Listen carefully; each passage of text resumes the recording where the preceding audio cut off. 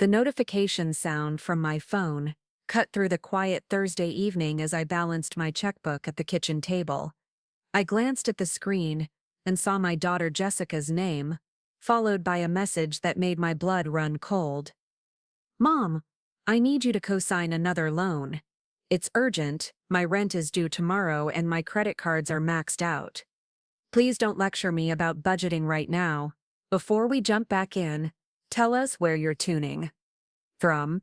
And if this story touches you, make sure you're subscribed, because tomorrow I've saved something extra special for you." I stared at the message, my hands trembling slightly as I set the phone down.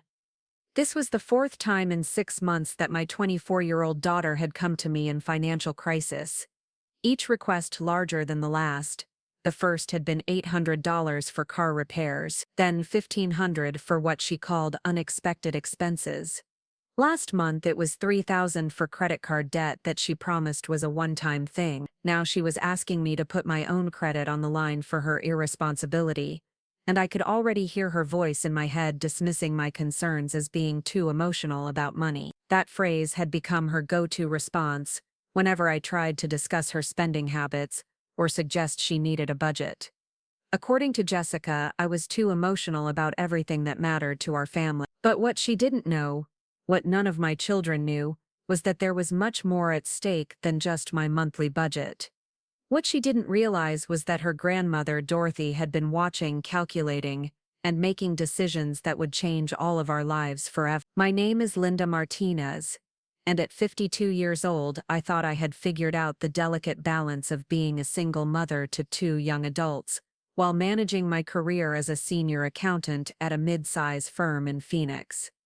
After my divorce from Mike 3 years ago, I had worked hard to maintain stability for Tyler, my 19-year-old son who was thriving in his sophomore year at Arizona State, and Jessica, who had graduated from the University of Arizona last spring, with a degree in communications and a mountain of student debt that seemed to grow every month. The Arizona heat had finally broken as September arrived, and I was enjoying the cooler evenings on my small patio in Ahwatukee, a quiet neighborhood where I had moved after the divorce. The house was modest but comfortable, a 3-bedroom ranch with a small backyard that backed up to the desert preserve.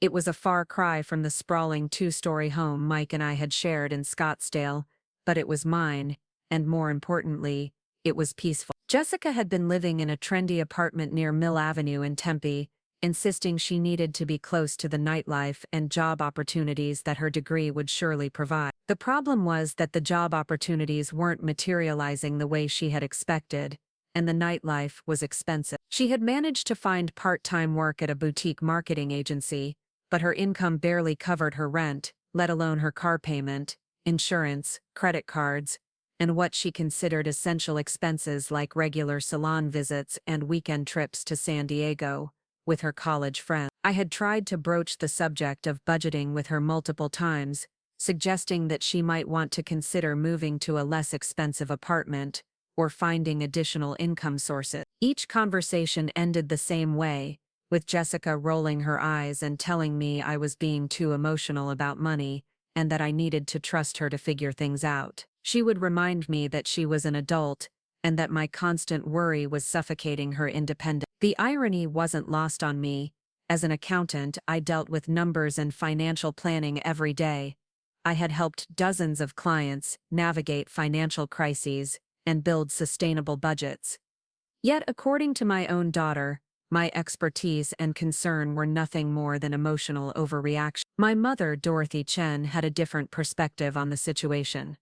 At 78, she was sharp as ever and had been observing Jessica's behavior with growing concern. Dorothy had immigrated to the United States from Taiwan in her 20s, met and married my father, Roberto Martinez, and together they had built a successful life in Phoenix. When my father passed away 5 years ago, my mother had taken over as the undisputed matriarch of our small but close-knit family. Dorothy owned a significant amount of property in Phoenix, including the family home in Scottsdale and the garden center that had been in our family for 3 generations. She also maintained several investment accounts and had been remarkably successful in her financial planning over the years. What most of the family didn't know was that she had established trust funds for each of her grandchildren, intended to provide them with financial security when they reached certain milestones or faced genuine emergencies. The trust funds were Dorothy's secret, known only to me and my brother Kevin, who helped manage some of the family's business interests. She had always been clear that the money would only be distributed to grandchildren who demonstrated responsibility and genuine need,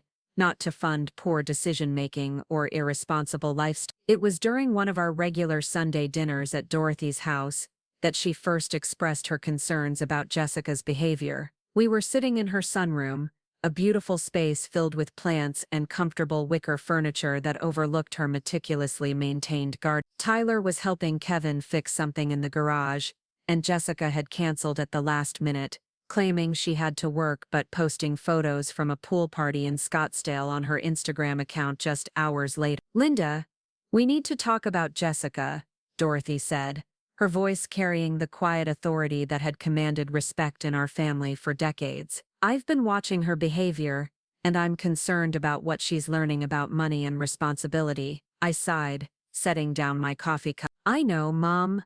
I've tried talking to her, but she just dismisses everything I say as being too emotional. She thinks I worry too much about money." Dorothy's expression hardened slightly.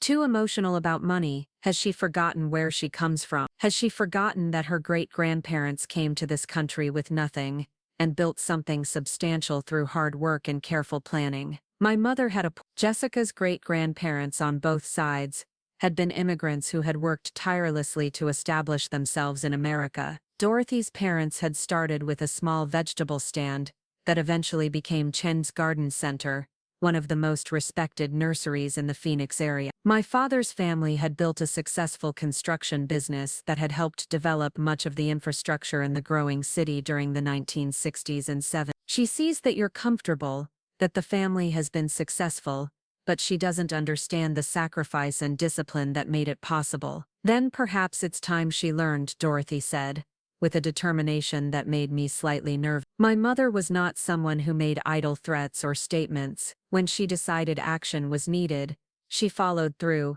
Over the following weeks, I watched Jessica's financial situation continue to deteriorate. The urgent loan request for rent was just the beginning. 2 weeks later, she called me in tears because her car had been repossessed. She had missed 3 payments while prioritizing what she called essential expenses, like her gym membership and monthly subscription box. She sobbed on the phone about how embarrassing it was to have her car towed from her apartment complex, and how she couldn't possibly take public transportation or rideshare services because it would hurt her professional image. I found myself in the familiar position of wanting to help my daughter while knowing that constantly rescuing her was enabling her poor choices. Against my better judgment, I co-signed for another car loan, a decision that required me to dip into my own emergency savings to cover the down payment. Jessica promised this would be the last time she needed help, and I wanted desperately to believe her. But 3 weeks after getting her new car, Jessica called with another crisis. This time she had discovered that her roommate was moving out at the end of the month, leaving her responsible for the full rent on her expensive apartment. The rent was $1,800 a month, more than she earned at her part-time job. She needed me to either co-sign for a personal loan to cover the difference, or let her move back home. The idea of Jessica moving back home filled me with dread. I had spent the last 3 years creating a peaceful environment for myself and Tyler, and I knew that having Jessica's financial chaos and emotional drama back under my roof would disrupt the stability we had worked hard to achieve. But the alternative was watching her destroy her credit and potentially face eviction. It was during this crisis that Dorothy made a decision that would change everything. She called me on a Wednesday evening and asked me to come to her house for a private conversation. When I arrived, I found her sitting in her home office, a room lined with family photos and financial documents neatly organized in filing cabinets. "Linda, I need to show you something," she said, pulling out a manila folder thick with documents. "These are Jessica's credit reports and financial records." I looked at her in surprise. "How did you get these?" "I have my ways," she said with a slight smile. "When you've been in business as long as I have, you develop resources." What's important is what these documents reveal about your daughter's financial behavior. She spread the papers out on her desk, and what I saw made my stomach drop. Jessica had not just maxed out the credit cards I knew about. She had opened additional accounts that I was unaware of. Her total debt was approaching $30,000.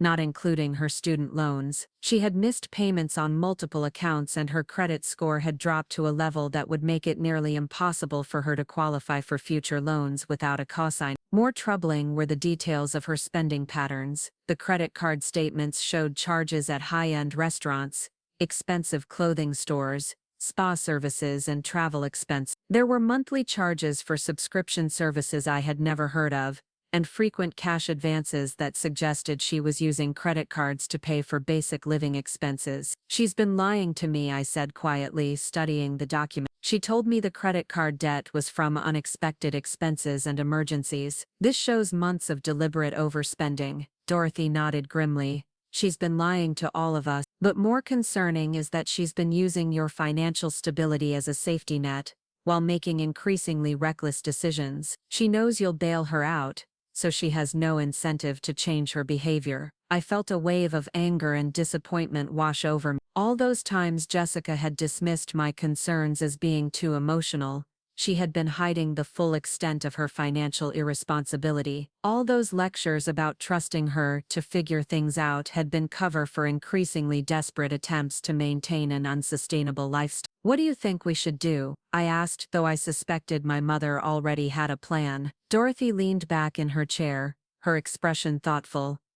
"I think it's time for some tough love. Jessica needs to face the real consequences of her choices without the family safety net she's been relying on, and she needs to understand that money isn't something to be emotional about, it's something to be responsible about." She pulled out another set of documents, these ones bearing the letterhead of Patricia Williams, the family attorney who had handled my father's estate and various business matters over the years. "I've been working with Patricia to make some changes to the family trust arrangement. Changes that I think will teach Jessica some valuable lessons about financial responsibility." As I read through the documents, I began to understand the scope of what my mother was planning. She wasn't just going to cut off financial support for Jessica, she was going to restructure the entire family's financial future in a way that would reward responsibility and punish recklessness. The trust funds that had been set aside for Jessica and Tyler would now come with strict conditions and oversight.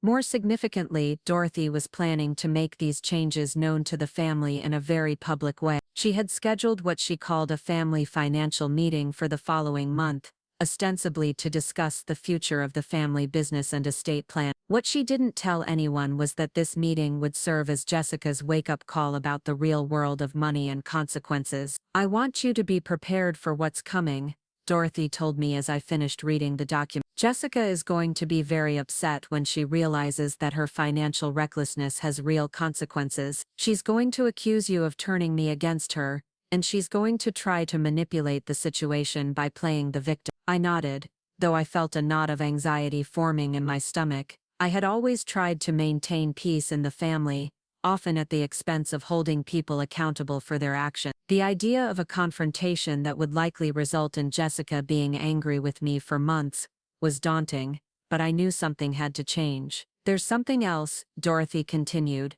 her voice taking on a more serious tone. "I need you to understand that this isn't just about Jessica's spending habits. This is about what kind of values we're passing down to the next generation. If we continue to enable her behavior, we're teaching Tyler that financial irresponsibility will be rewarded. We're teaching any future grandchildren that family money is something to be taken for granted rather than respected." She was right, and I knew it. Tyler had been watching Jessica's repeated bailouts with growing resentment. He had chosen to live in a modest dorm room and work part-time to help cover his expenses, while Jessica lived in luxury and expected the family to cover her mistakes. The unfairness of the situation was already creating tension between the siblings, and I could see that Tyler was beginning to question why he was working so hard when his sister seemed to face no consequences for her poor choices. As I drove home that evening, I thought about the conversation I would need to have with Jessica about the upcoming family meeting. Dorothy had insisted that everyone needed to attend,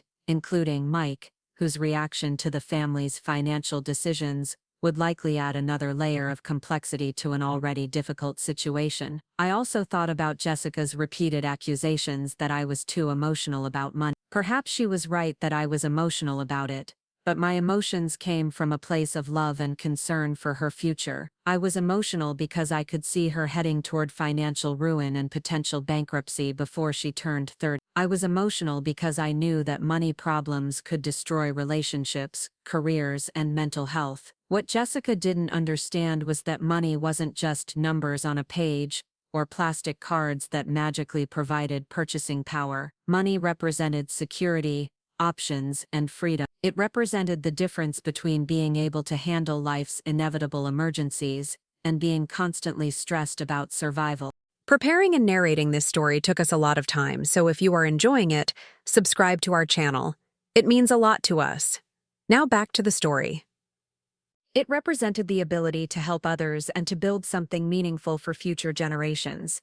The next morning, I called Jessica to tell her about the family meeting. As expected, she was immediately resistant to the idea of spending a Saturday discussing family finances when she could be enjoying her weekend. But when I mentioned that Dorothy had specifically requested everyone's attendance and that it involved important decisions about the family business, she grudgingly agreed to be there. I hope this isn't going to be another one of Grandma's lectures about financial responsibility, she said with a sigh.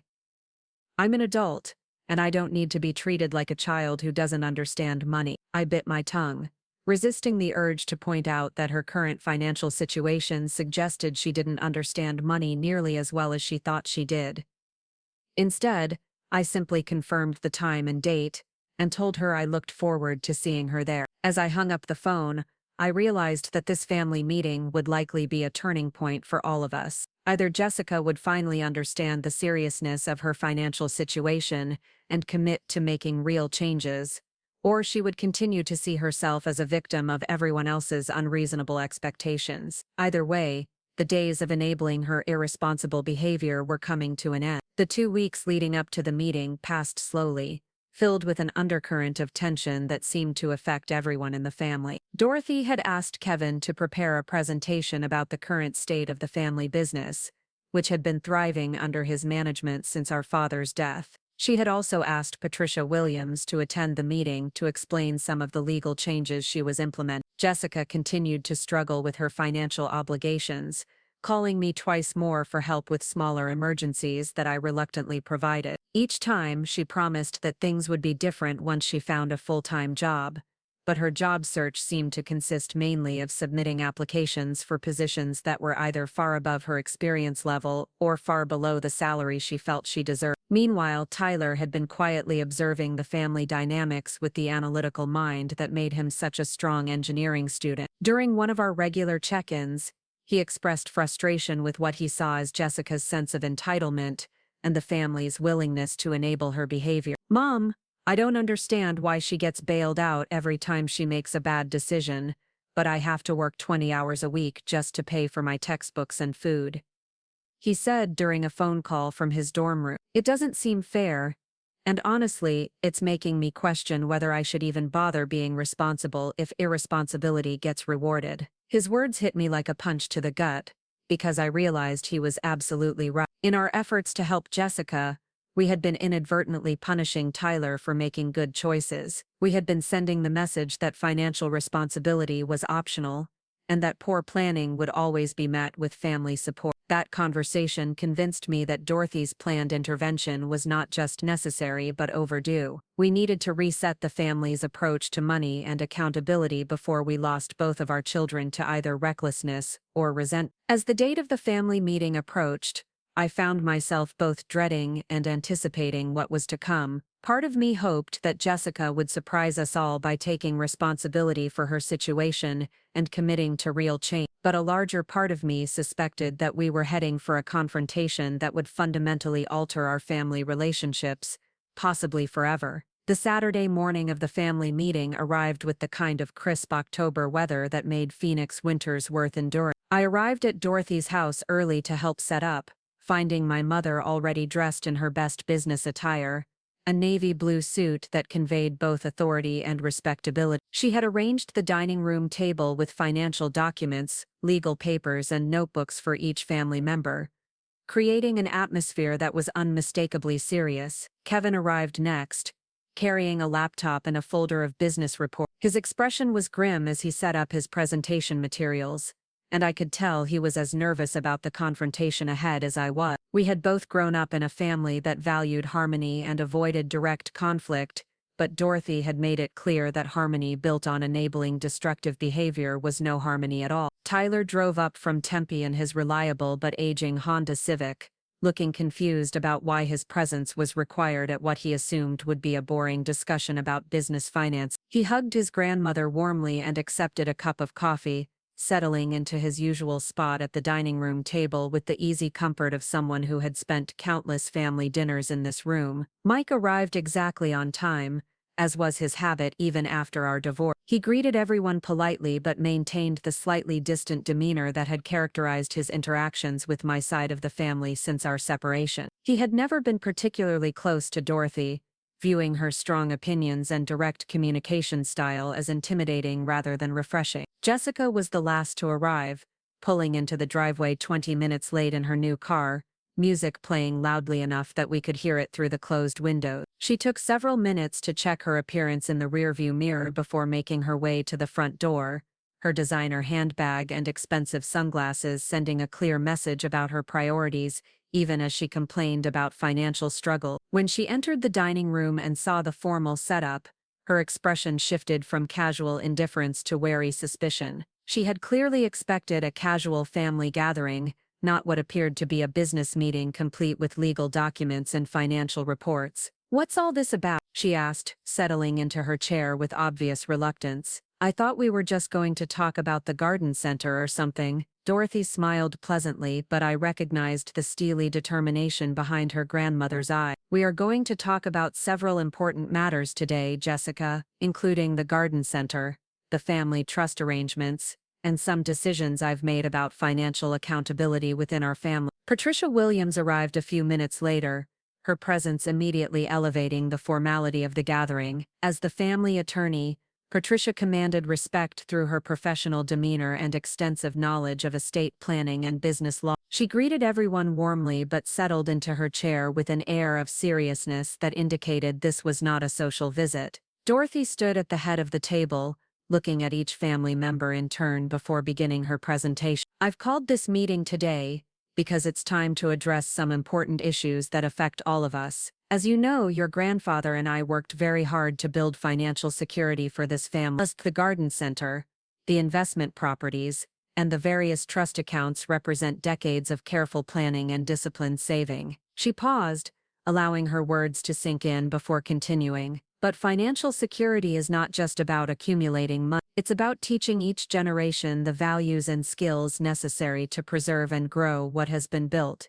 It's about ensuring that family resources are used responsibly and that each person understands the relationship between choices and consequences." Jessica shifted uncomfortably in her chair, and I could see her beginning to realize that this meeting was not going to be the casual family discussion she had anticipated. Mike looked confused but attentive, while Tyler listened with the focused attention he typically brought to important conversations. Kevin began his presentation with an overview of the garden center's current financial position. The business was thriving, with revenue growth of 15% over the previous year, and expansion plans that would create additional income streams for the family. He explained how the business had adapted to changing market conditions, investing in sustainable gardening practices, and expanding their online presence to reach customers throughout the Southwest. As Kevin spoke, I watched Jessica's attention wander to her phone, which she checked repeatedly despite Dorothy's disapproving glances. Her disinterest in the family business that had provided the foundation for her comfortable upbringing was telling,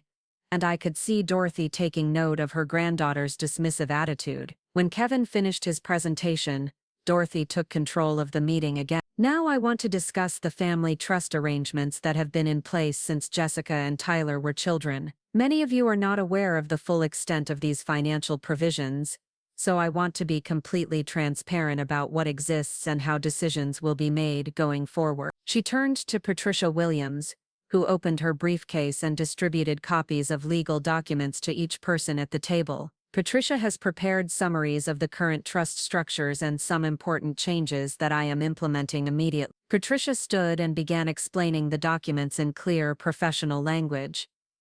Mrs. Chin established educational trusts for both grandchildren when they were minors, with the intention of providing financial support for college expenses and other legitimate needs as they transitioned to adulthood. The trusts currently contain substantial amounts, reflecting years of careful investment, and Mrs. Chen's commitment to her grandchildren's future. Jessica perked up at this information, and I could see her calculating the potential benefits this might represent for her current financial struggle. Tyler looked surprised but pleased, as this was the first time he had heard specific details about financial support for his education beyond what he was already receiving. However, Patricia continued, Ms. Chin has become concerned about how these resources might be used and whether the current structure adequately promotes financial responsibility and good decision-making. Therefore, she has decided to implement new conditions and oversight mechanisms for any future distribution. The atmosphere in the room shifted as everyone began to understand that this was not simply an informational meeting.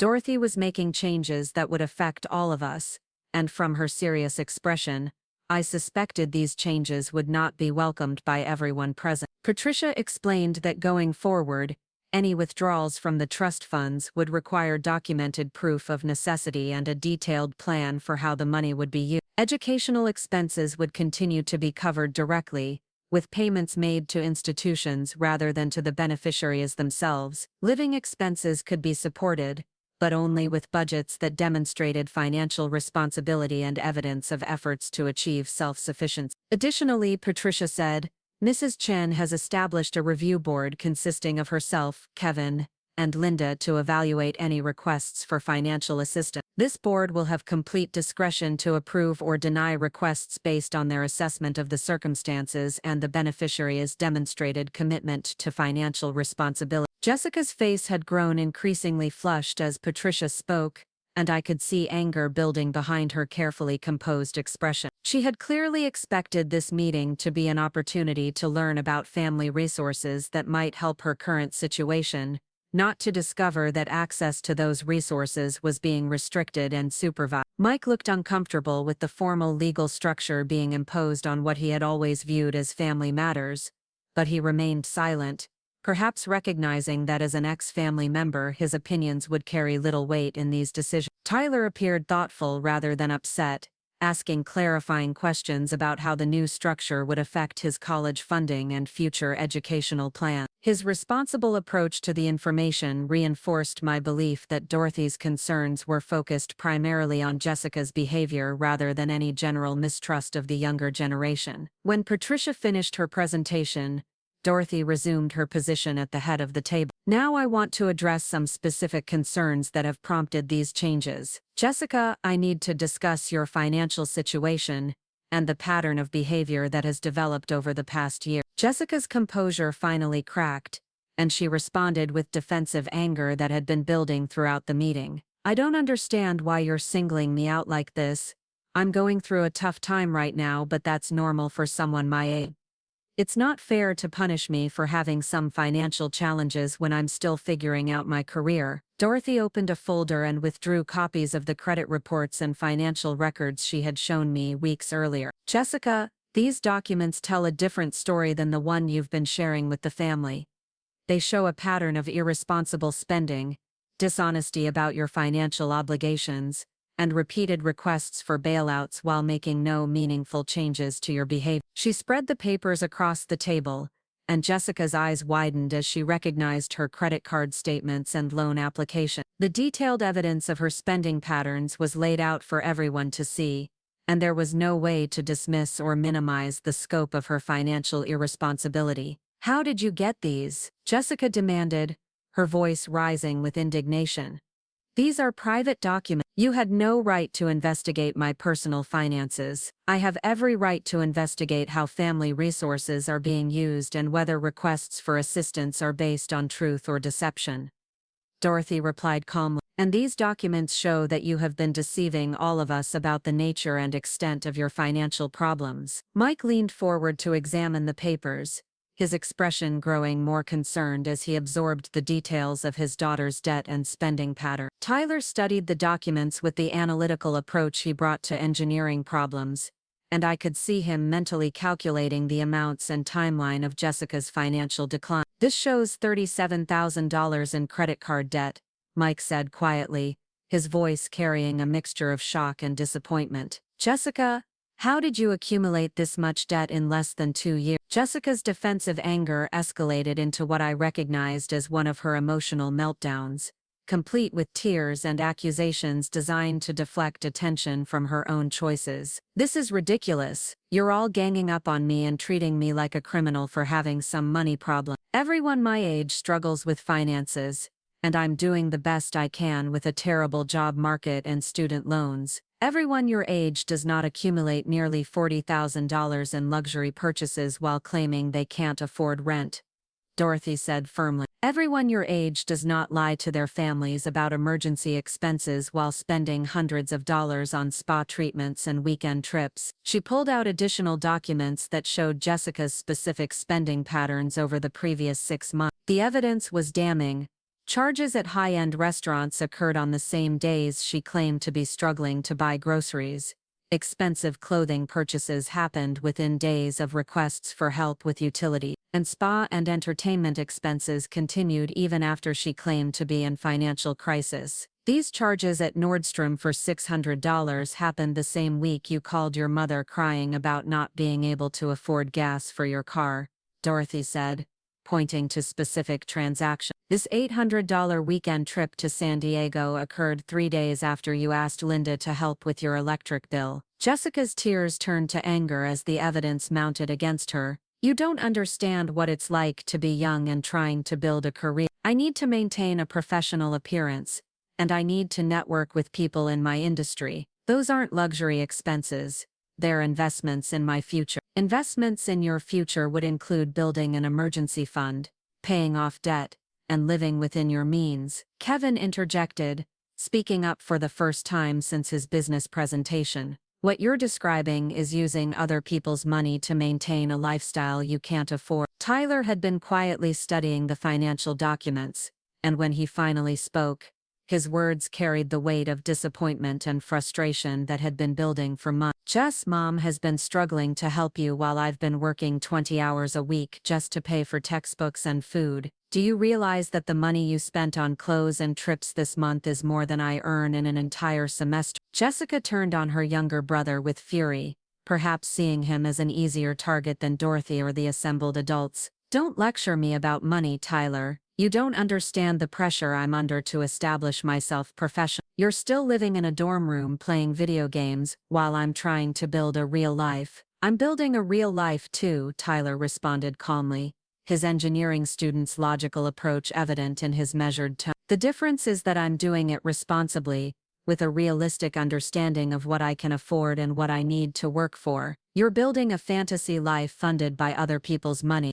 The confrontation between the siblings revealed the deeper family dynamics that Dorothy's investigation had uncovered. Jessica had always been the favored child in many ways, with her outgoing personality and social confidence earning her attention and indulgence that Tyler's quieter, more studious nature had not attracted. But Tyler's responsible approach to money and education was now highlighting the consequences of the different expectations that had been placed on each child.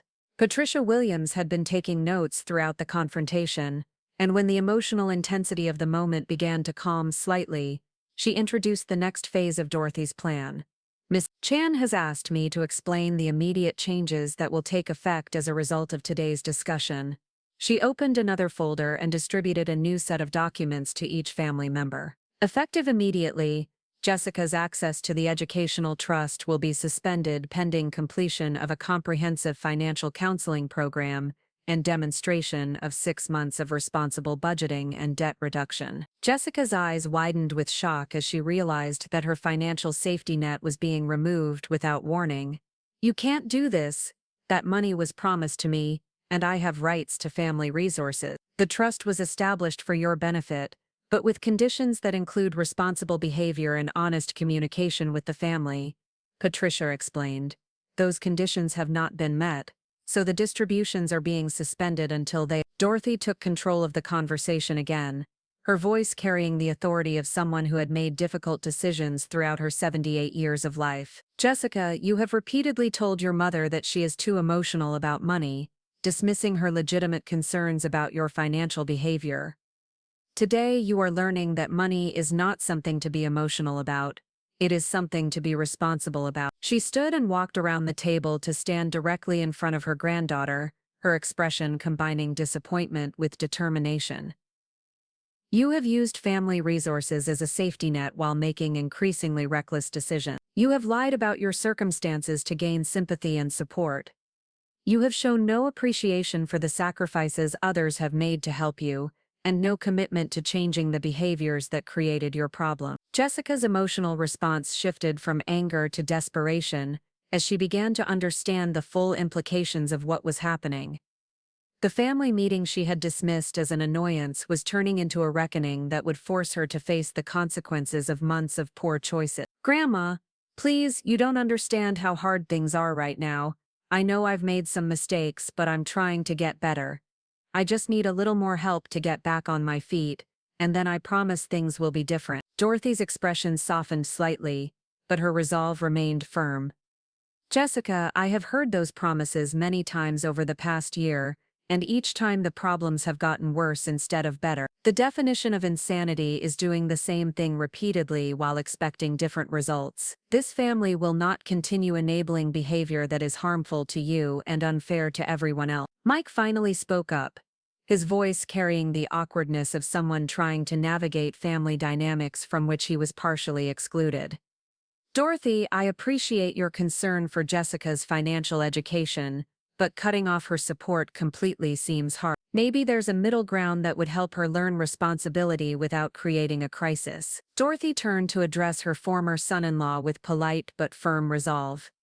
Mike, with respect, the middle ground approach has been tried repeatedly over the past year. Linda has provided multiple bailouts while encouraging Jessica to change her behavior, and the result has been escalating irresponsibility and increasing dishonesty. Sometimes a crisis is exactly what is needed to motivate real change. She returned to her seat at the head of the table and opened the final folder of documents she had prepared for the meeting. I am not cutting off Jessica's support completely, but I am restructuring it in a way that promotes responsibility rather than enabling continued poor choices. Patricia explained the new support structure that Dorothy had developed with her legal and financial advisor. Jessica would be eligible for assistance with basic living expenses, but only through a supervised program that required her to submit detailed budgets, provide receipts for all expenditures, and meet regularly with a financial counselor to develop money management skills. The supervised program included requirements for Jessica to find full-time employment within 60 days, to attend financial literacy classes, and to develop a realistic plan for paying off her existing debt. Any assistance would be provided directly to landlords, utility companies, and other essential service providers, rather than as cash payments to Jessica herself. Additionally, Jessica would be required to move to less expensive housing that aligned with her actual income, rather than her desired lifestyle. The family would help with moving expenses and security deposits for an appropriate apartment, but would not continue subsidizing housing that cost more than 30% of her earnings. This is humiliating, Jessica said, her voice carrying a mixture of anger and desperation. You're treating me like a child who can't be trusted with money. I'm 24 years old and I don't need supervision to manage my finances. Your current financial situation suggests otherwise. Dorothy replied gently but firmly. You have accumulated massive debt while claiming to be responsible.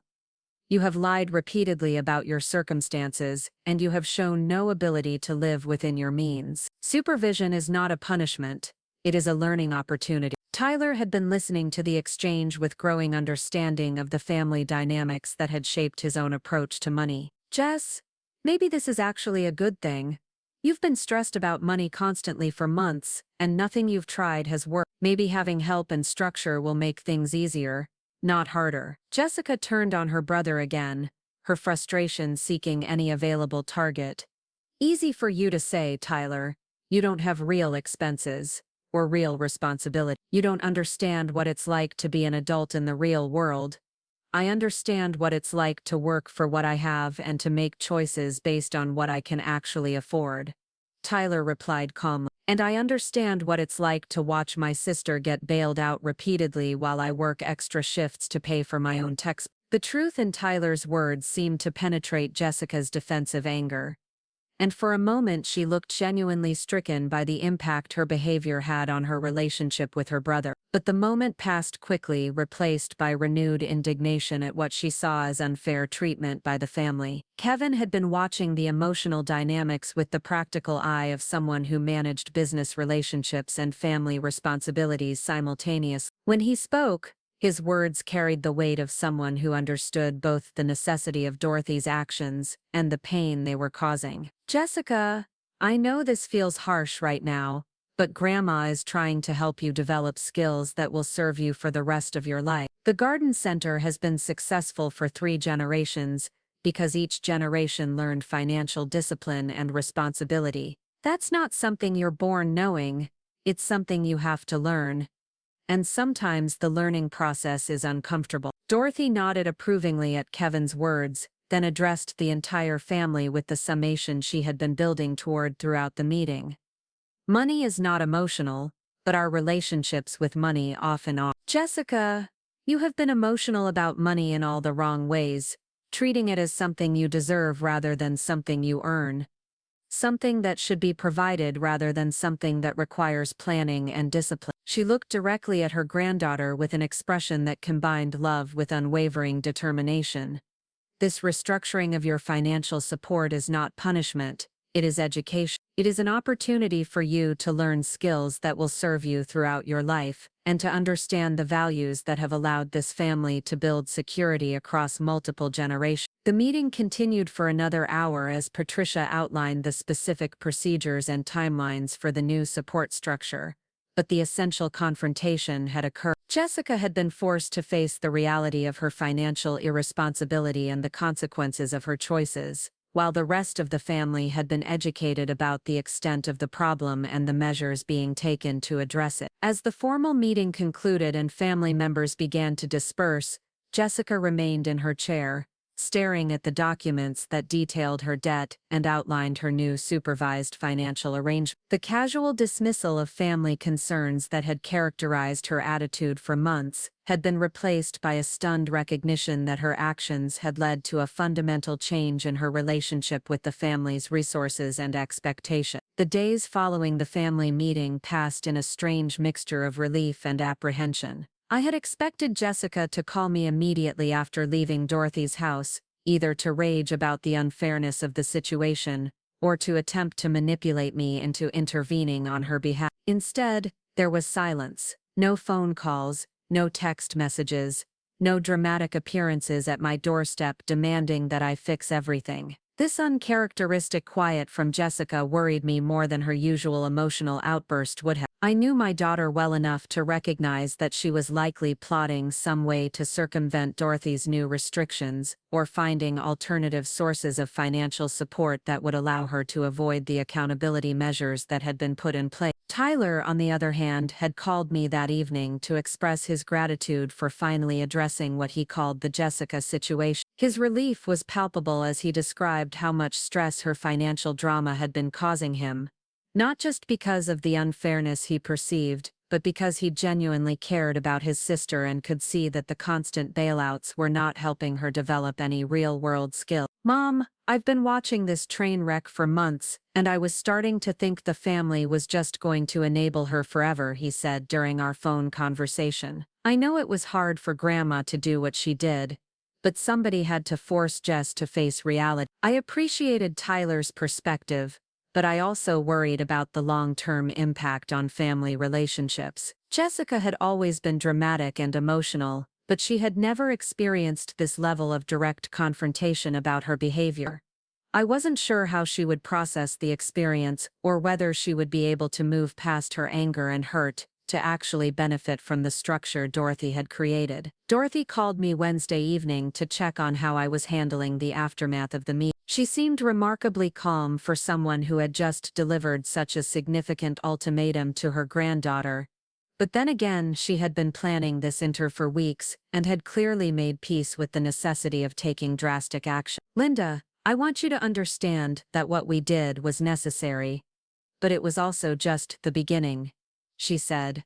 "Jessica is going to go through several stages of reaction to this situation, and we need to be prepared for all of them." She explained that Patricia Williams had warned her about the typical responses people have when their financial support systems are suddenly restructured. First would come denial and anger, followed by attempts to find alternative sources of funding that would allow them to maintain their previous lifestyle. Then would come bargaining, as Jessica tried to negotiate modified terms that would give her access to family resources without the accountability measures that had been imposed. The most dangerous phase will be when she realizes that none of her usual strategies are working, Dorothy continued. That's when she might make truly desperate choices that could have serious long-term consequences. We need to be prepared to offer support when she hits rock bottom, but only the kind of support that helps her build real skills and stability. I understood the logic of Dorothy's approach, but the maternal part of me struggled with the idea of watching my daughter hit rock bottom without intervening. Every instinct I had developed over 24 years of parenting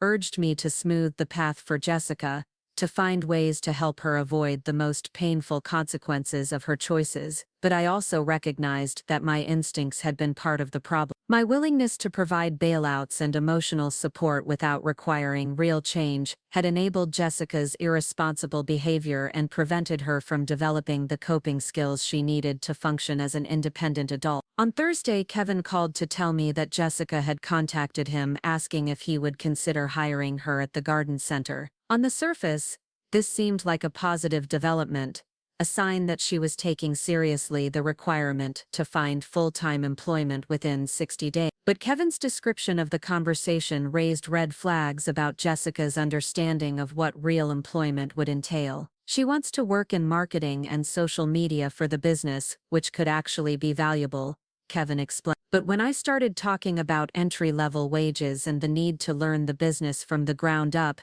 she seemed shocked that I wouldn't just create a management position for her with a salary that would cover her current lifestyle. He had offered her a position that would start at $15 an hour with opportunities for advancement based on performance and demonstrated value to the business. The job would involve learning all aspects of the garden center operations, from customer service to inventory management to basic landscaping work. It was honest work that would provide valuable experience and a foundation for potential growth within the family business. Jessica had asked for time to consider the offer, which Kevin interpreted as a sign that she was still hoping to find something that would allow her to maintain her preferred lifestyle without requiring significant changes or sacrifice. The reality of working 40 hours a week at entry-level wages to earn less than she had been spending on entertainment and shopping was apparently a difficult concept for her to accept. By Friday, I still hadn't heard from Jessica directly, but I had received a call from Mike asking if I knew anything about her request for him to co-sign a personal loan. According to Mike,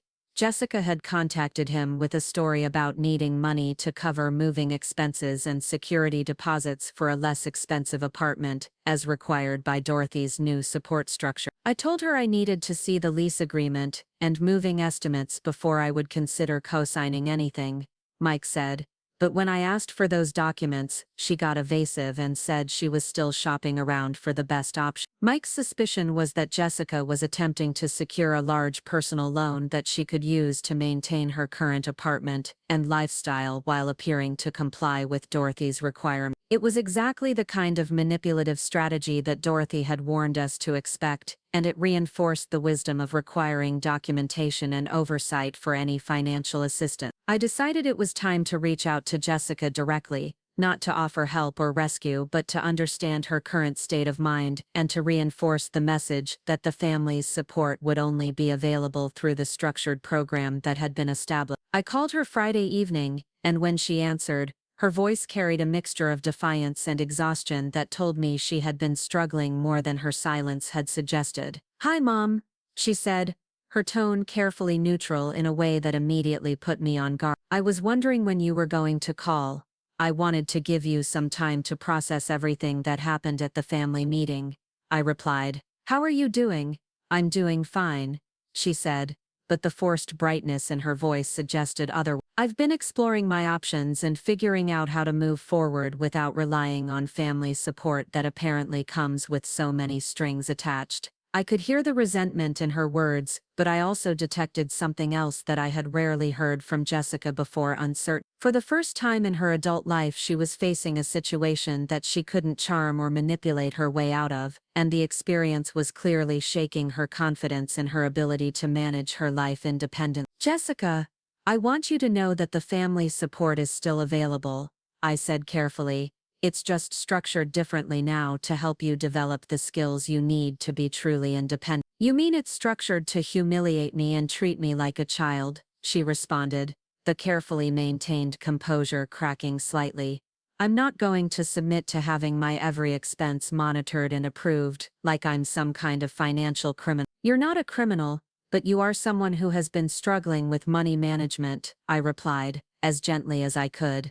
The structure is designed to help you learn skills that will serve you for the rest of your life, not to punish you. Jessica was quiet for a moment, and when she spoke again, her voice carried a vulnerability that I hadn't heard since she was a teenager facing her first real disappointment. Mom, I know I've made some mistakes, but this whole thing feels so unfair. Everyone acts like I'm this terrible person who's been deliberately trying to take advantage of the family, but I've just been trying to figure out how to be an adult in a world that's a lot more expensive than anyone prepared me for. Her words touched something deep in my maternal instincts, and I found myself wanting to agree with her, to validate her feelings and find some way to make the situation easier for her. But I forced myself to remember the credit card statements and the pattern of deception that had been revealed at the family meeting. Jessica, I understand that being an adult is challenging and expensive, I said, but the way to handle those challenges is not to spend money you don't have and then lie about it to get help from family.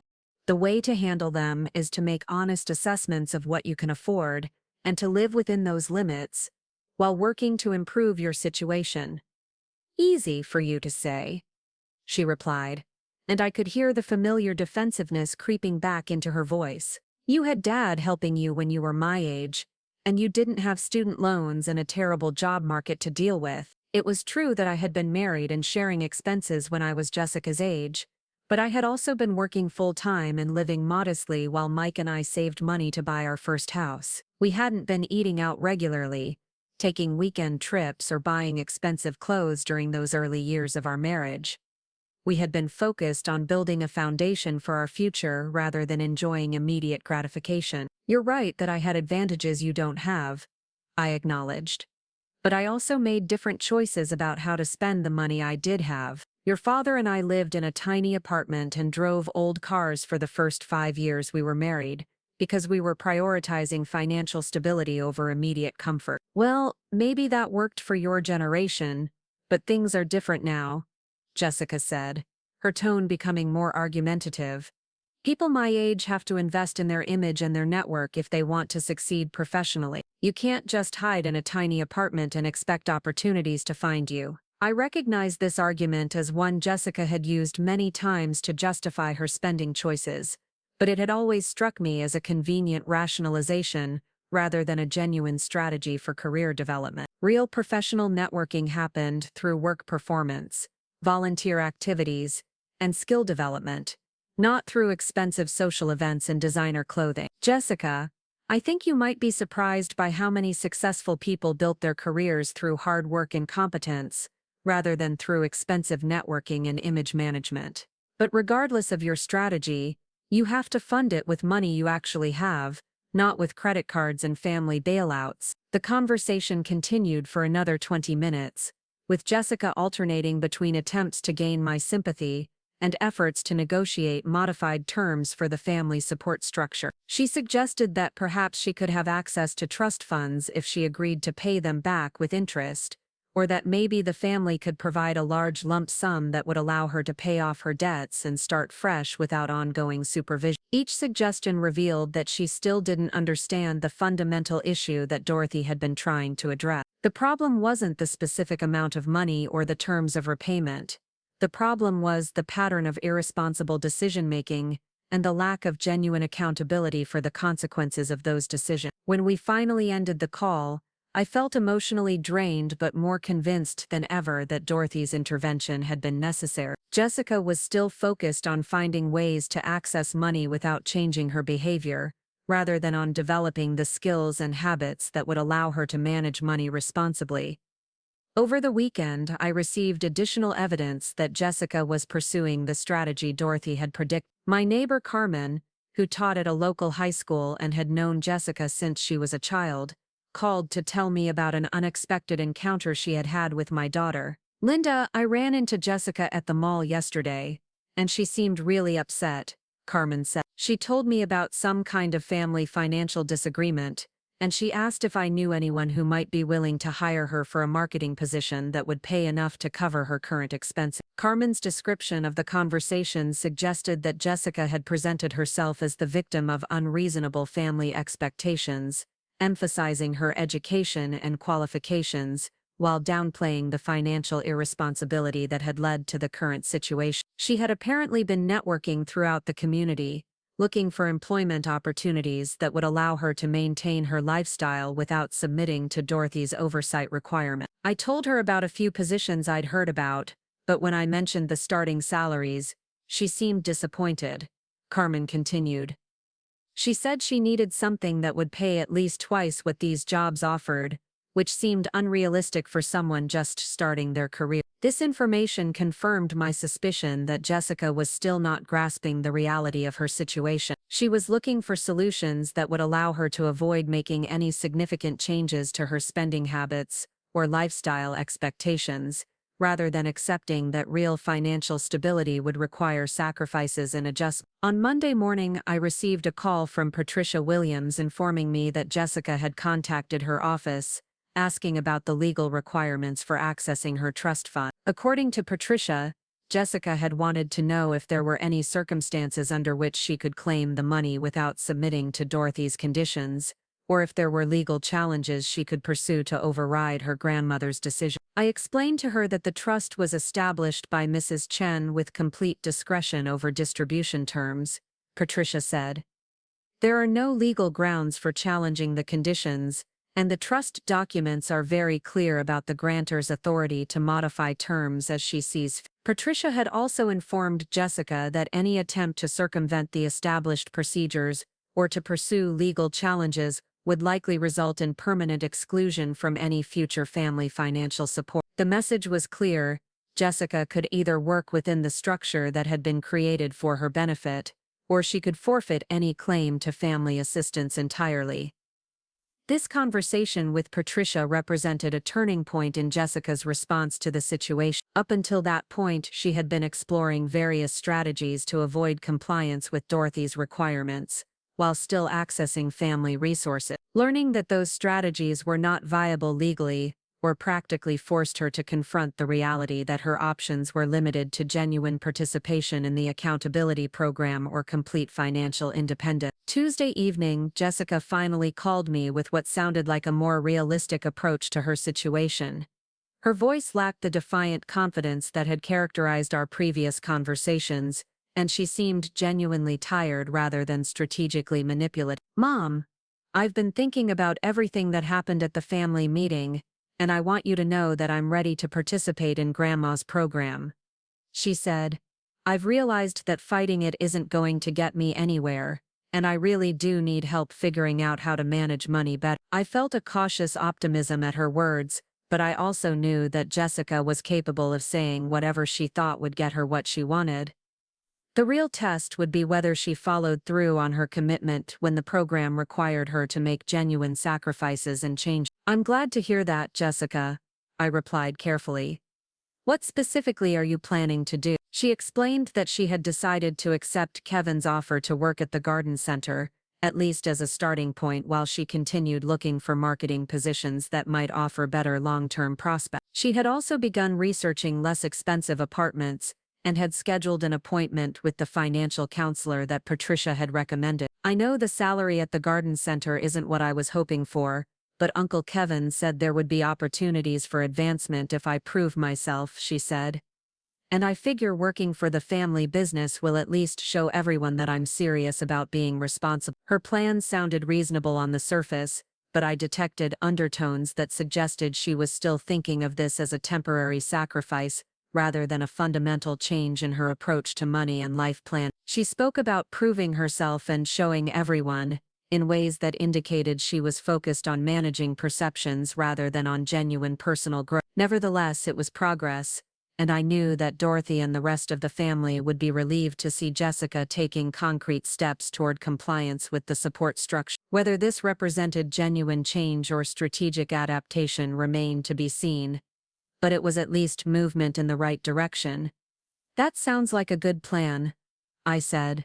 "Have you thought about what you'll need to do to find an apartment you can afford on your new salary?" Jessica's response revealed that she was still struggling with the practical implications of living within her means. She had calculated that her take-home pay from the garden center would be approximately $2,000 per month, but she seemed surprised to learn that housing should consume no more than 30% of that amount, leaving her with a budget of around $600 for rent. "I don't think there are any decent apartments available for that amount," she said, her voice carrying a note of panic.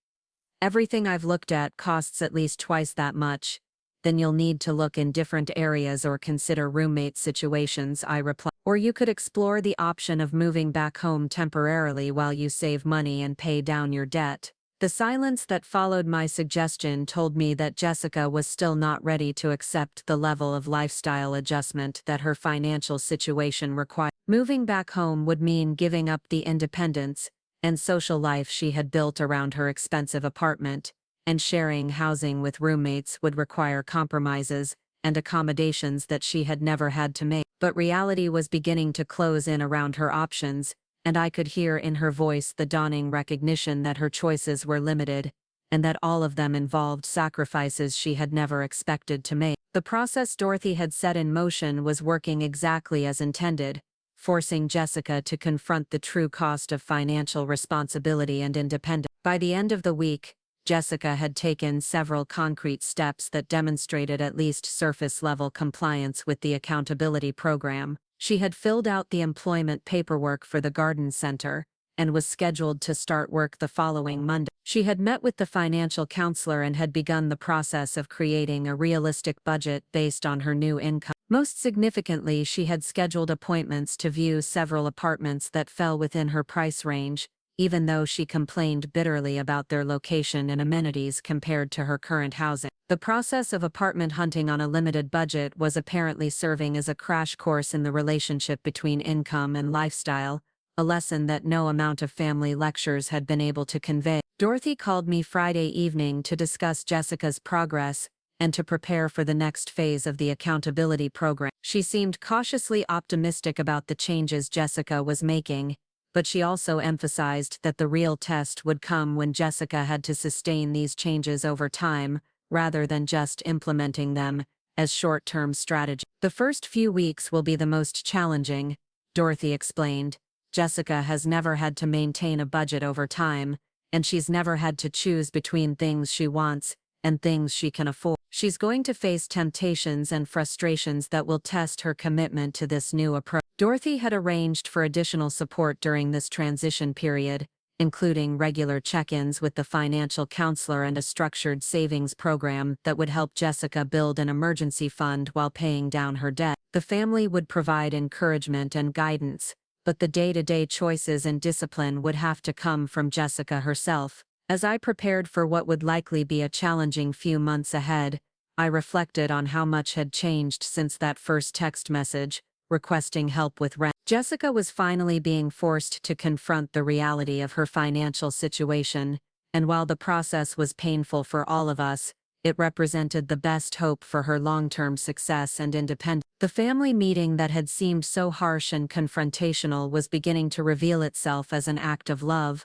albeit a tough love that required everyone involved to prioritize Jessica's long-term growth over her short-term comfort. Whether she would ultimately embrace this opportunity for genuine change remained to be seen, but for the first time in months, I felt hopeful that we were moving in the right direction. Jessica's first week at the garden center proved to be a harsh introduction to the reality of working for wages, rather than relying on family bailout. Kevin had assigned her to start in the customer service area, helping weekend gardeners select plants and basic supplies, while learning the fundamentals of the business that had supported our family for 3 generations. The work itself wasn't particularly difficult, but it required Jessica to be on her feet for 8 hours, to maintain a pleasant demeanor with customers who sometimes had unrealistic expectations, and to admit when she didn't know something rather than pretending to have expertise she hadn't yet developed. More challenging for her was the realization that her weekly paycheck, after taxes and deductions, would barely cover her basic living expenses even if she found the cheapest possible apartment. I received daily text updates from Jessica during that first week, each message revealing her growing frustration with the gap between her lifestyle expectations and her financial reality. On Tuesday, she complained about having to wear work clothes that would get dirty, and about customers who treated her like a common laborer rather than a college graduate. On Wednesday, she was upset about missing a friend's birthday dinner because she couldn't afford both the restaurant expense and her phone bill. By Thursday, the emotional weight of her new circumstances culminated in a phone call that lasted nearly 2 hours and covered every aspect of her current situation. Jessica was crying when I answered the phone, her voice carrying a desperation that I had never heard from her before. "Mom, I can't do this," she sobbed. "I worked 40 hours this week, and my paycheck won't even cover my car payment and insurance. How am I supposed to find an apartment, pay off my credit cards, and still have money for food and gas?" For the first time since Dorothy's intervention began, Jessica was confronting the mathematical reality of her financial situation without the buffer of family support to soften the impact. The numbers simply didn't work with her current debt load and lifestyle expectations, and no amount of emotional appeals or strategic thinking could change that basic arithmetic. "Jessica, this is exactly why we've been concerned about your spending habits," I said as gently as I could while still reinforcing the lesson she needed to learn. "When you accumulate debt that requires payments larger than your income can support, you create a situation where you can't survive independently." "But I never meant for it to get this bad," she replied, her voice breaking with genuine distress. "I thought I would find a good job right after graduation, and I thought the family would help me until I got established. I never planned to be 24 years old and living paycheck to paycheck." Her words revealed the fundamental disconnect between her expectations and reality that had created her current crisis. She had assumed that her college degree would immediately translate into a high-paying position, and she had counted on family support to bridge any gap between her income and her desired lifestyle. Neither assumption had proven accurate, leaving her unprepared for the financial discipline required to build genuine independence. "Most people do live paycheck to paycheck when they're starting their careers," I explained. "The difference is that they adjust their lifestyle to match their income rather than trying to maintain a lifestyle they can't afford." Jessica was quiet for several minutes, and when she spoke again, her voice carried a defeated tone that worried me more than her previous anger. "I don't know how to live like that, Mom. I don't know how to be happy with less than what I'm used to having." Her honest admission revealed the core challenge she was facing. Jessica had grown up in a comfortable middle-class family, and had never learned to distinguish between needs and wants or to find satisfaction in modest pleasure. The idea of living within strict financial constraints wasn't just practically difficult for her, it was emotionally devastating because it challenged her sense of identity and worth. I spent the rest of our conversation trying to help Jessica understand that financial discipline didn't mean eliminating all joy from her life, but rather learning to find happiness in ways that didn't require constant spending. We talked about free activities she could enjoy, ways to socialize with friends that didn't involve expensive restaurants or shopping, and the satisfaction that could come from gradually paying off debt and building savings. By the end of the call, Jessica seemed calmer but not necessarily more optimistic about her situation. She agreed to continue working at the garden center and to keep looking for an affordable apartment, but I could tell that she was still hoping for some external solution that would make her current struggles unnecessary. The breakthrough moment came the following week, during what Jessica would later describe as the worst day of her adult life. She had been scheduled to work a Saturday shift at the garden center, one of their busiest days, when she received a call from her credit card company, informing her that her account was being closed due to missed payments and that they were demanding immediate payment of the outstanding balance. The timing couldn't have been worse.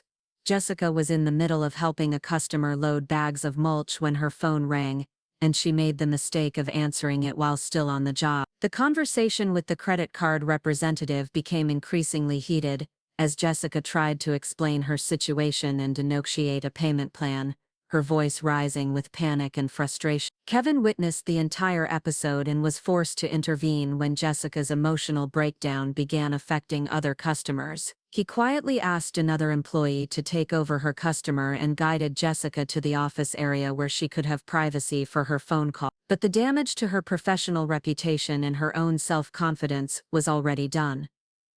When Jessica called me that evening, she was emotionally shattered in a way that I had never seen before. The combination of public humiliation, financial panic, and the realization that her situation was beyond her ability to manage alone had finally broken through her defensive barriers. "Mom, I need help, and I mean real help, not just money," she said, her voice barely above a whisper. "I don't know how to fix any of this, and I'm scared that I'm going to ruin my life before I'm 25 years old." This was the moment Dorothy had predicted would come, when Jessica's usual strategies for avoiding responsibility would fail completely and she would have no choice but to genuinely engage with the support system that had been created for her. It was also the moment that would test whether our family's tough love approach had been worth the pain it had caused. "Jessica, the help is available, but you have to be willing to follow through on all the requirements, not just the parts that seem easy or convenient. Are you ready to do that?" Her answer came without the defensiveness or strategic calculation that had characterized her previous responses. "Yes, I'm ready. I don't know what else to do." The next morning, Jessica called Dorothy directly to ask for a meeting with the financial counselor and to request immediate assistance with finding appropriate housing. For the first time since the family meeting, she approached the conversation without attempting to negotiate modified terms or to present herself as the victim of unreasonable expectations. Dorothy arranged for Jessica to meet with Maria Santos, a financial counselor who specialized in helping young adults develop money management skills. Maria had worked with numerous clients who had found themselves in similar situations, and she had a practical, non-judgmental approach that focused on solutions rather than blame. Jessica's first meeting with Maria lasted 3 hours and covered every aspect of her financial situation in detail. Together, they created a comprehensive budget that accounted for her garden center salary, her debt obligations, and her basic living expenses. The exercise forced Jessica to confront the reality that she would need to make dramatic changes to her lifestyle, but it also showed her a concrete path toward financial stability. The budget revealed that Jessica could afford an apartment that cost no more than $550 per month, including utilities. This meant looking for a studio or one-bedroom unit in older buildings or less desirable neighborhoods, or finding a roommate situation that would allow her to split costs with someone else.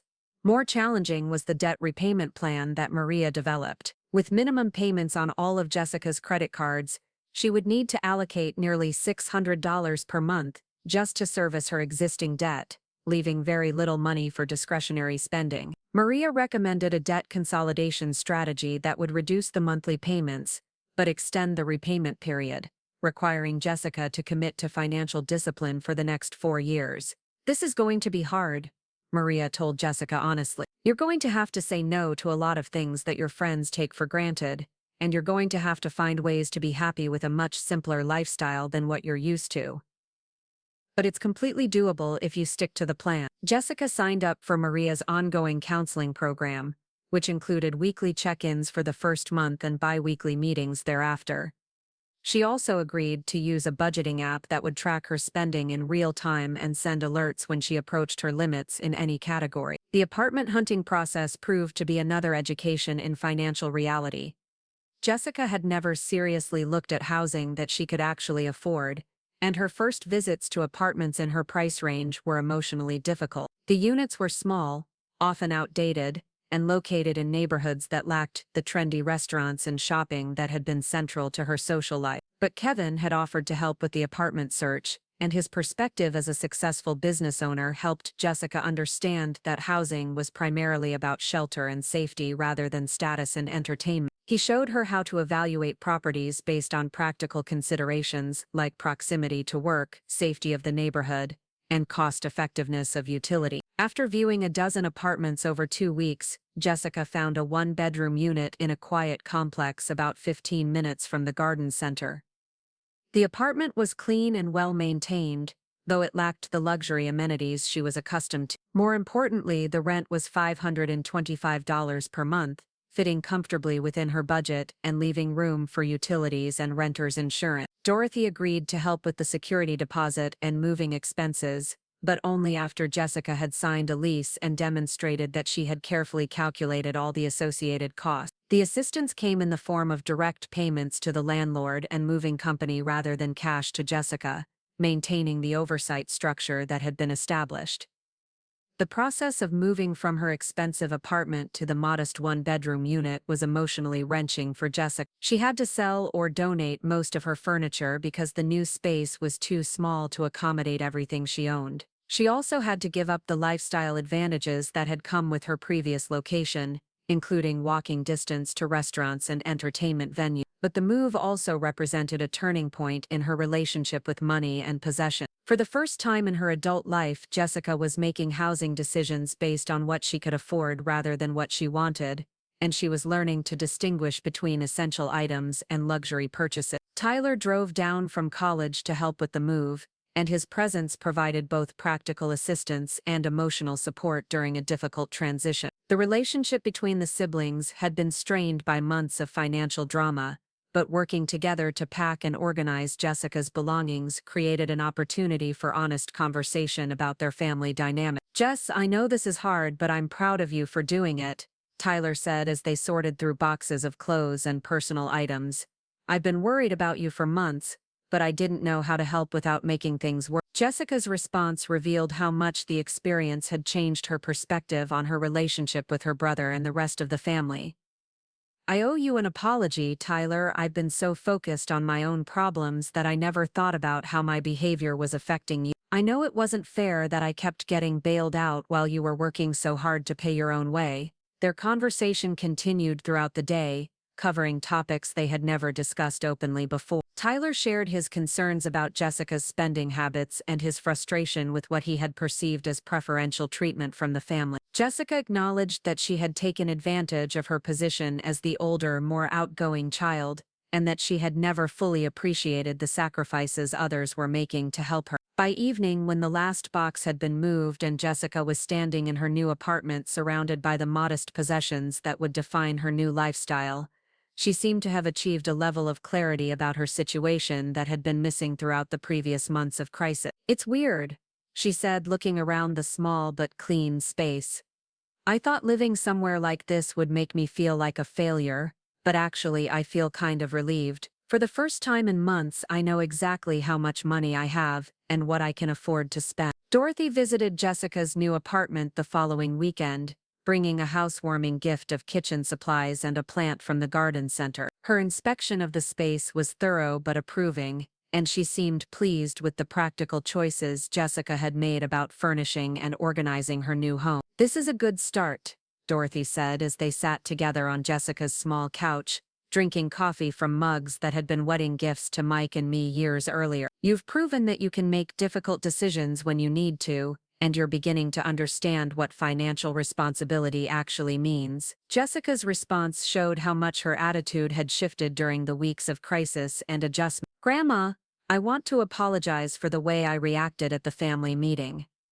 I was angry and scared, and I said things that weren't fair to you or to Mom. I know now that you were trying to help me, even though it didn't feel like help at the time." Dorothy accepted the apology graciously, but she also used the opportunity to reinforce the lessons that Jessica was still learning. Financial responsibility isn't just about managing money, it's about understanding the relationship between choices and consequences, and it's about being honest with yourself and others about your situation. She explained that the accountability program would continue for at least 6 months, with the possibility of modification based on Jessica's demonstrated progress. The goal wasn't to control Jessica's financial decisions permanently, but to help her develop the skills and habits that would allow her to make good decisions independently. I want you to understand that this experience isn't a punishment, Dorothy continued.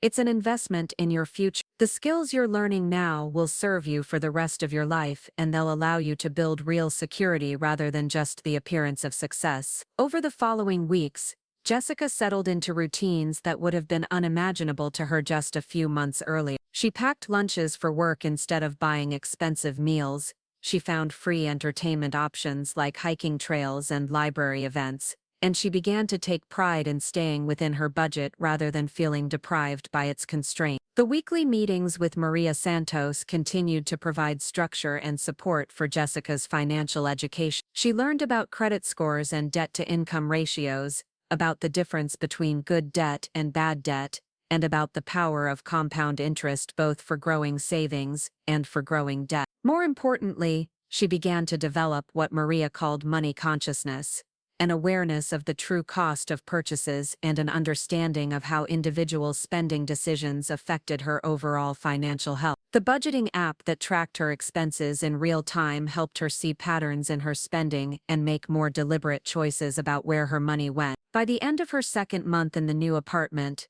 Jessica had achieved something she had never experienced before. She had money left over at the end of the pay period. It wasn't much, less than $50, but it represented proof that she could live within her means and even begin to build the emergency fund that Maria had identified as a crucial goal. The emotional impact of this achievement was profound. Jessica called me that evening, crying again, but this time the tears were from relief and pride rather than desperation and fear. "Mom, I did it," she said, her voice shaking with emotion. "I made it through the whole month without going over budget, and I actually have money in my checking account. I can't remember the last time that happened." Her joy in this modest accomplishment reminded me of the satisfaction I had felt when she took her first steps as a toddler, or when she learned to ride a bicycle. She was mastering a basic life skill that most adults take for granted, but for her it represented a fundamental change in her relationship with money and responsibility. The progress Jessica was making at work paralleled her financial growth. Kevin had noticed her increased focus and reliability, and he had begun giving her more responsibility for customer education and social media marketing for the garden center. Her college coursework in communications was finally finding practical application, and she was discovering that she enjoyed the challenge of explaining complex gardening concepts to novice customers. "She's becoming a real asset to the business," Kevin told me during one of our regular family dinners at Dorothy's house. "Once she gets more experience and proves that this change is permanent, there will be opportunities for advancement and increased responsibility." The possibility of building a career within the family business was something Jessica had never seriously considered before, but her new understanding of financial realities made her more open to opportunities that offered stability and growth potential rather than immediate gratification. As Jessica approached the 3-month mark of her new lifestyle, the family began to see signs that the changes were becoming permanent rather than temporary adaptations to crisis. She had established routines and habits that supported her financial goals. She had developed relationships with coworkers and neighbors that didn't revolve around expensive activities, and most importantly,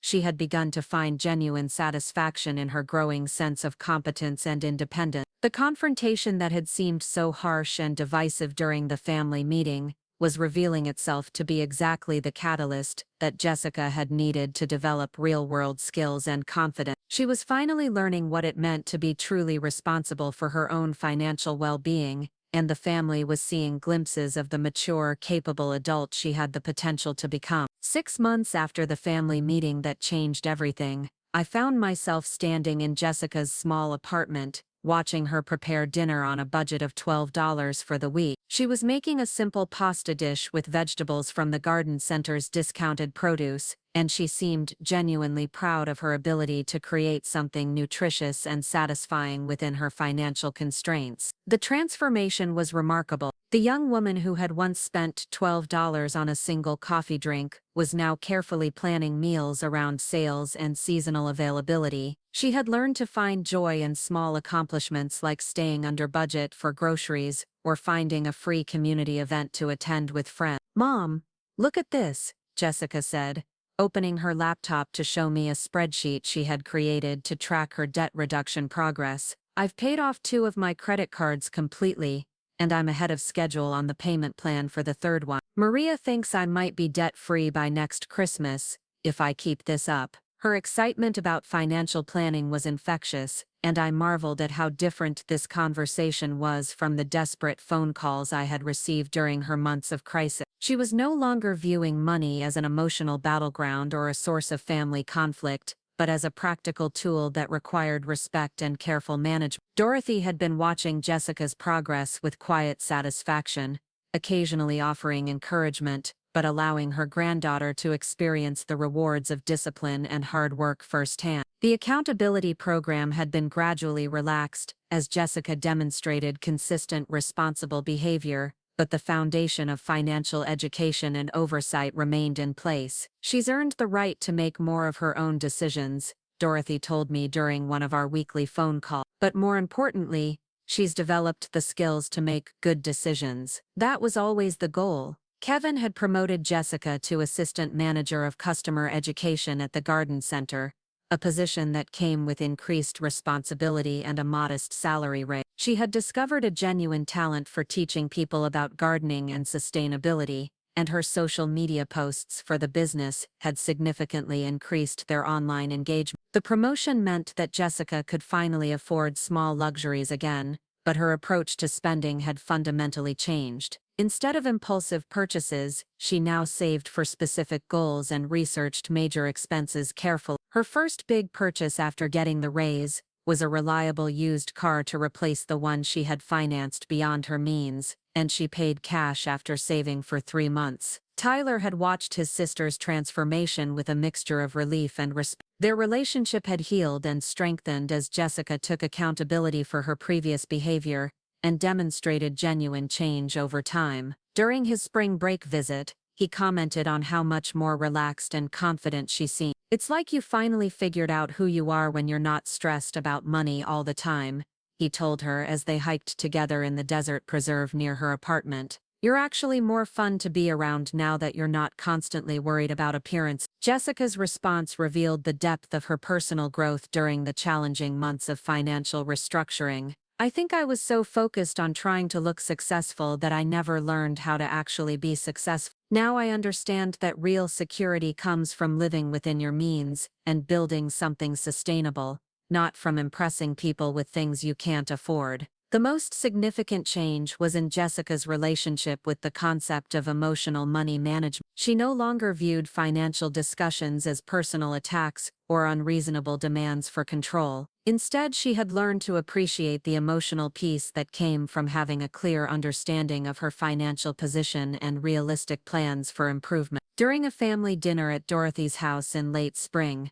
Jessica made an announcement that surprised everyone. She had been accepted into a part-time MBA program that would allow her to continue working at the garden center while developing advanced business skills. More remarkably, she had a detailed plan for funding her education without taking on additional debt. "I've been saving 20% of my salary since the promotion, and I've researched scholarship opportunities for students with work experience in family businesses," she explained. "The program will take 3 years instead of 2, but I'll graduate without student loans and with practical experience in business management." Dorothy's smile at this announcement was radiant with pride and vindication. The granddaughter who had once dismissed financial planning as overly emotional constraint was now making sophisticated decisions about education and career development, based on careful analysis and long-term thinking. As summer approached, Jessica faced a decision that would test her new financial value. Her former roommate offered her the opportunity to move back into their old expensive apartment, splitting the cost and returning to the lifestyle she had once considered essential to her happiness and professional success. "A year ago,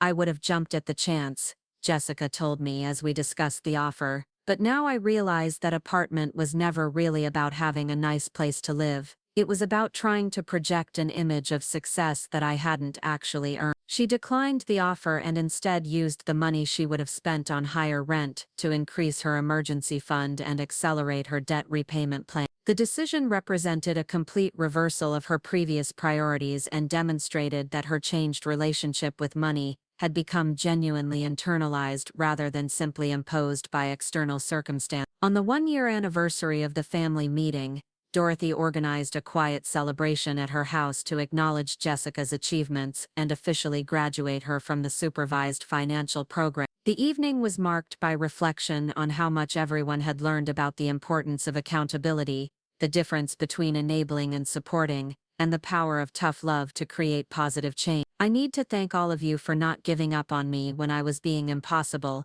Jessica said as we gathered in Dorothy's living room. "I know I said some hurtful things about being too emotional about money, but I understand now that caring about financial responsibility is actually the most loving thing family can do." Dorothy's response encapsulated the wisdom that had guided her difficult decision to intervene in Jessica's financial crisis. Money itself is not emotional, but the security and opportunities that money provides affect every aspect of our emotional well-being. Teaching you to manage money responsibly was never about controlling you. It was about giving you the tools to control your own future. As I looked around the room that evening, seeing Jessica's confidence and Tyler's respect for his sister's growth, and witnessing Dorothy's satisfaction at having successfully passed on crucial life skills to another generation, I realized that the painful confrontation had accomplished something that years of gentle guidance had not achieved. Jessica had learned that financial responsibility was not a limitation on her freedom, but the foundation that made real freedom possible. She had discovered that living within her means didn't diminish her happiness, but rather provided the security and peace of mind that allowed her to enjoy life more fully. The young woman who had once accused her family of being too emotional about money had become someone who understood that money was indeed not something to be emotional about but something to be respected, managed wisely, and used as a tool to build a meaningful and secure life. Up next, you've got two more standout stories right on your screen. If this one hit the mark, you won't want to pass these up. Just click and check them out.